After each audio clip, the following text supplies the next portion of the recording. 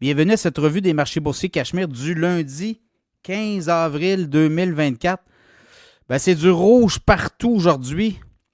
Et oui, ça se poursuit avec la tension qui monte du côté d'Israël avec les bombardements de l'Iran vers Israël. Là, Israël aujourd'hui a dit qu'on allait répliquer. Alors, vous voyez l'État d'Israël qui veut répliquer au bombardement d'Iran. Donc, on craint vraiment un embrasement. Autre chose, quand on voit ça, là, ce qu'on voit aussi, c'est qu'il semble avoir une consolidation dans le marché.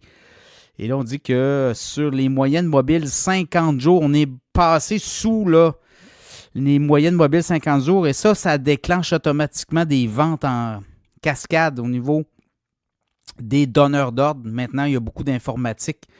Et quand on arrive à un certain niveau, il y a les fonds d'investissement, notamment les ETF. Il y a beaucoup de ETF qui, eux, il y a des ratios à respecter. Quand on arrive à comme on a baissé là, sur le moyenne 50 jours, moyenne mobile, on vend. Et là, c'est ce qu'on voit, semble dire certains analystes.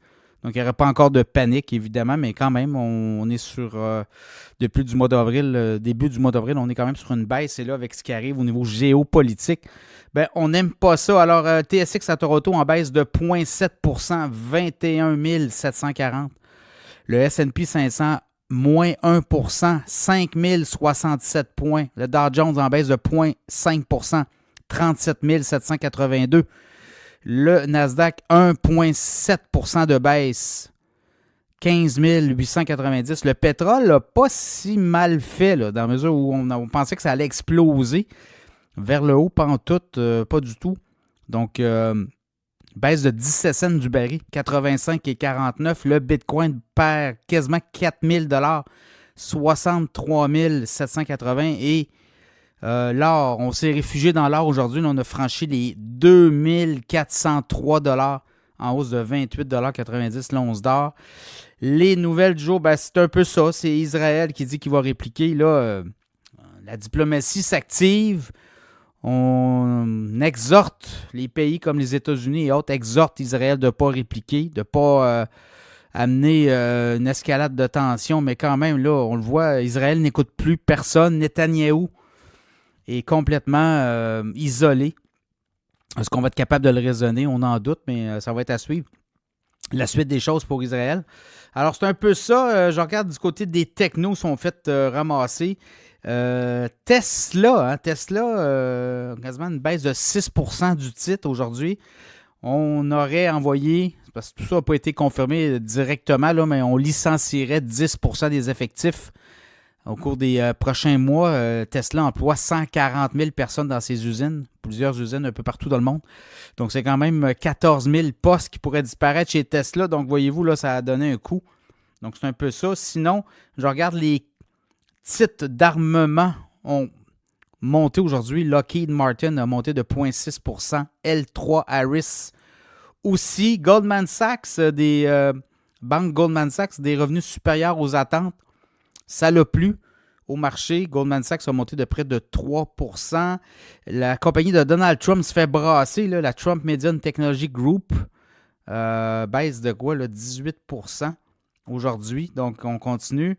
On a effacé 4 milliards de dollars de la valeur de l'entreprise. Évidemment, tout ça était gonflé. On en avait parlé dans l'infolette financière et on avait dit d'être très prudent. C'était un titre qui était surgonflé par rapport aux revenus. Alors, oui, on comprend là, qu'il y a un mouvement de vouloir donner de l'argent à Donald Trump et peut-être l'aider financièrement dans ses déboires, là, mais il y a toujours bien une limite. Cette compagnie-là génère peu de revenus et là, on était rendu avec une capitalisation boursière incroyable. Donc, on devra voir des revenus de la part des médias de Donald Trump avant de peut-être là, penser à avoir une rentabilité, mais aussi avoir un rendement en bourse. Salesforce aussi s'est replié de 7,3 %.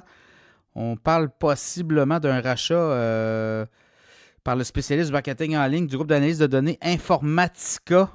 Donc, on pourrait faire une acquisition importante du côté de Salesforce. Donc, ça n'a comme pas... ça n'a pas plu au marché. Donc, c'est un peu ça qui se passe sur les marchés boursiers.